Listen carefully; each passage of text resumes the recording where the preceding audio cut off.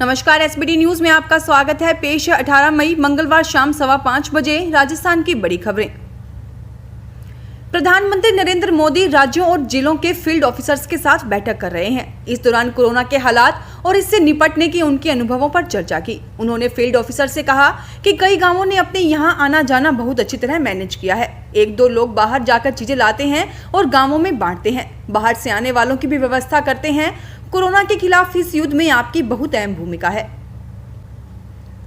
राजस्थान में कोरोना संकट काल में 21 मई को पूर्व प्रधानमंत्री राजीव गांधी के बलिदान दिवस पर कांग्रेस विधायकों की ओर से अपने अपने विधानसभा क्षेत्रों में 2-2 एम्बुलेंस देने की घोषणा भले ही कर दी गई हो, लेकिन विधायक चाहकर भी 21 मई को 2-2 एम्बुलेंस क्षेत्र की जनता को नहीं दे पाएंगे। दरअसल इसकी एक वजह यह भी है कि कांग्रेस के 110 विधायकों की ओर से 220 एम्बुलेंस दी जानी है। ऐसे में इतनी बड़ी तादाद में एम्बुलेंस दे पाना संभव नहीं है, जिससे कि पहले ही दिन केवल सांकेतिक तौर पर ही एम्बुलेंस दी जा सकेगी।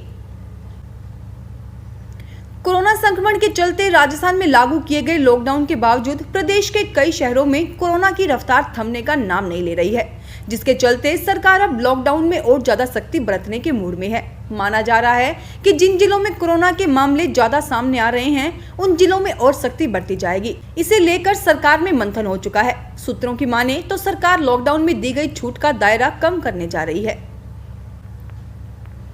कोरोना संकट काल में कांग्रेस की अग्रिम संगठन युवा कांग्रेस की ओर से संचालित कंट्रोल रूम के जरिए प्रदेश युवा कांग्रेस ने प्रदेश भर में 1300 से ज्यादा मरीजों को अस्पतालों में बेड दिलाने और 400 मरीजों को जीवन रक्षक दवाइयां उपलब्ध करवाने का दावा किया है। युवा कांग्रेस ने 500 से ज्यादा मरीजों को प्लाज्मा डोनेट करवाने की बात कही है। लोगों की मदद के लिए प्रदेश युवा कांग्रेस की ओर से एक कंट्रोल रूम संचालित करके हजारों लोगों की मदद की जा चुकी है। जंगलों में वन्य जीवों की गणना के लिए वन विभाग तैयार है। कोरोना संक्रमण का असर जरूर देखने को मिल रहा है, लेकिन गणना को लेकर तैयारी शुरू कर दी गई है। ज्येष्ठ माह की पूर्णिमा 26 मई को होने वाली गणना में सबसे पहले कोरोना वैक्सीन लगा चुके कर्मचारियों व वन्य जीव प्रेमियों को शामिल किया जाएगा। इसके अलावा जो शामिल होंगे उनकी 72 की अवधि में कोरोना नेगेटिव की रिपोर्ट आना अनिवार्य है। इसके अलावा जो शामिल होंगे उनकी 72 घंटे की अवधि में कोरोना नेगेटिव की रिपोर्ट अनिवार्य होगी। मुख्यमंत्री चिरंजीवी स्वास्थ्य बीमा योजना में कोविड मरीजों को आ रही परेशानियों को देखते हुए Rajasthan state health insurance agency ने इसके प्रावधानों में बदलाव किया है।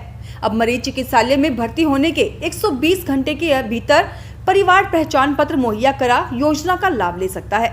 सीएमएचओ डॉक्टर मुश्ताक खान ने बताया कि इंश्योरेंस एजेंसी सीईओ के आदेशों के अनुसार नई गाइडलाइन के तहत रोगी की अस्पताल में भर्ती के समय ही मुख्यमंत्री चिरंजीवी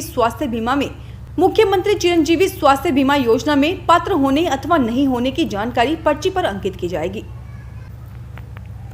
कोरोना से बचाव के लिए वैक्सीन लगवाना जरूरी है। इसी क्रम में राजस्थान हाउसिंग बोर्ड में वैश्विक महामारी कोविड-19 से बचाव के लिए 18 से 44 वर्ष के जयपुर मंडल कार्मिकों और उनके परिवार के सदस्यों के लिए वैक्सीनेशन कैंप आयोजित किया गया।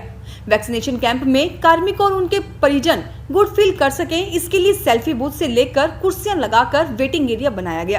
कैंप में 325 से अधिक कार्मिकों और उनके परिवारजनों ने वैक्सीन लगवाई। चाहे राजस्थानी साफे को लेकर अभियान चलाना हो या सरकार के किसी मंत्री, विधायकों या नौकरशाहों पर ट्विटर के जरिए शब्दों से हमला हो, या फिर राजस्थानी मूंछों के जरिए बात राजस्थानी आन बान शान की बात रखनी हो, या विपक्षी दलों के नेताओं की तारीफ करनी हो, राजस्थान का एक ट्विटर अकाउंट ऐसा था जो अपने ट्वीट की वजह से हमेशा सुर्खियों में रहता था। ये ट्विटर अकाउंट है पूर्व डिप्टी सीएम सचिन पायलट के खास सिपाही सालार और पूर्व कैबिनेट मंत्री विश्वेंद्र सिंह का, जिनके ट्विटर पर विपक्ष नहीं बल्कि सत्ता पक्ष के सभी नेताओं की नजर रहती थी। लेकिन इन दिनों विश्वेंद्र सिंह का ट्विटर अकाउंट शांत है। बाड़मेर में महामारी में काम आ रहे उपकरणों की कालाबाजारी जमकर हो रही है। कोरोना महामारी में मरीजों की मजबूरी का फायदा उठाकर जमकर मुनाफाखोरी, कालाबाजारी कर ठगने का काम किया जा रहा है। उपभोक्ता मामलात विभाग की टीम ने जयंती बाजार में सरीन सर्जिकल की एक और फर्म नेशनल सर्जिकल सप्लायर्स के यहां छापा मारा तो बड़ी संख्या में बिना एमआरपी के सर्जिकल मास्क, पल्स ऑक्सीमीटर और फेस शील्ड, इयरिंग बैंड और ऑक्सीजन वॉल जब्त किए। और अब खबरें श्रीगंगानगर हनुमानगढ़ जिले की। श्रीगंगानगर में रेमडेसिविर इंजेक्शन की कालाबाजारी का मामला पकड़ने के बाद पुलिस और औषधि नियंत्रक विभाग की संयुक्त टीम ने होलसेलर नेशनल मेडिकल एजेंसी से रिकॉर्ड हासिल कर लिया है। दुकानदार ने रेमडेसिविर इंजेक्शन की सप्लाई, वितरण और उपलब्ध स्टॉक का रिकॉर्ड टीम को उपलब्ध करवा दिया है। सहायक औषधि नियंत्रक दलजीत सिंह उपल ने बताया कि होलसेलर की ओर से उपलब्ध करवाए गए रिकॉर्ड का पुलिस सत्यापन करेगी और पुलिस अगर उनके विभाग से कुछ मदद मांगती है तो मदद उपलब्ध करवा दी जाएगी। उन्होंने बताया कि फिलहाल इस मामले में पुलिस जांच पड़ताल कर रही है। पुलिस जांच के दौरान जो भी केमिस्ट दोषी पाए जाएंगे उनके खिलाफ विभागीय कार्यवाही भी की जाएगी। श्रीगंगानगर में कोरोना संक्रमण की रोकथाम के लिए घोषित लॉकडाउन के दौरान दुकानें और अन्य व्यापारिक प्रतिष्ठान बंद हैं, लेकिन सड़कों पर वाहनों की रेलम-पेल जारी है। पुलिस नाकाबंदी पॉइंट पर तैनात है और वाहनों के चालान की कार्यवाही कर रही है। शहर के मुख्य बाजारों पर आम दिनों की भांति भीड़-भाड़ देखी जा रही है। 12 बजे के बाद सड़कों पर भी कुछ भीड़ कम दिखाई दी। 12 बजे के बाद सड़कों पर भीड़ कुछ कम दिखाई दी। राशन व अन्य आवश्यक सेवाओं की दुकानों पर भी पहुंचे ग्राहकों के मास्क नहीं लगे हुए थे।